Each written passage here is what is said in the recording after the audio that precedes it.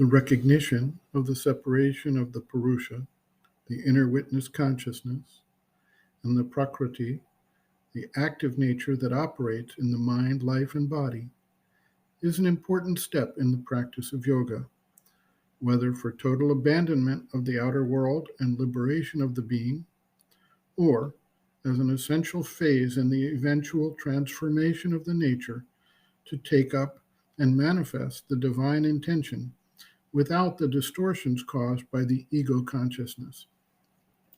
Sri Aurobindo describes the experience of the emergence of the Purusha and its potential to change the direction and scope of action of the Prakriti.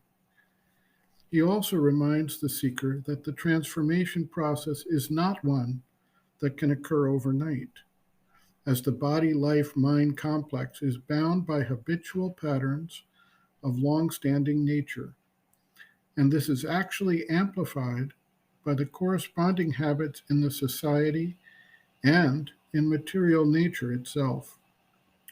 All of these embedded patterns were developed for a reason over time, and they have an incredible amount of inertia that makes them hard to shift into a new direction or mode of action. Sri Aurobindo notes, quote, "The consciousness you speak of would be described in the Gita as the witness Purusha. The Purusha, or basic consciousness, is the true being, or at least, in whatever plane it manifests, represents the true being. But in the ordinary nature of man, it is covered up by the ego and the ignorant play of the Prakriti, and remains veiled behind as the unseen witness supporting the play of the ignorance.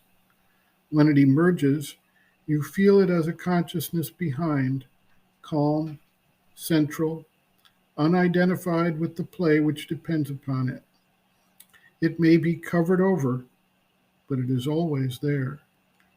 The emergence of the Purusha is the beginning of liberation, but it can also become slowly the master. Slowly, because the whole habit of the ego and the play of the lower forces is against that.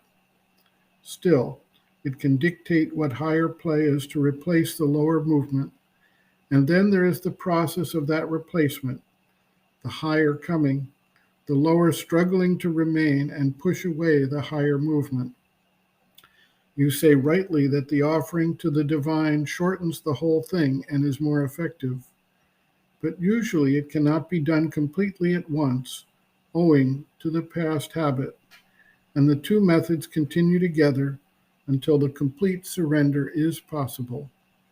End quote. Reference, Sri Aurobindo, Integral Yoga, Sri Aurobindo's Teaching and Method of Practice, Chapter 7, Experiences and Realizations, The Witness Consciousness, pages 179 to 181.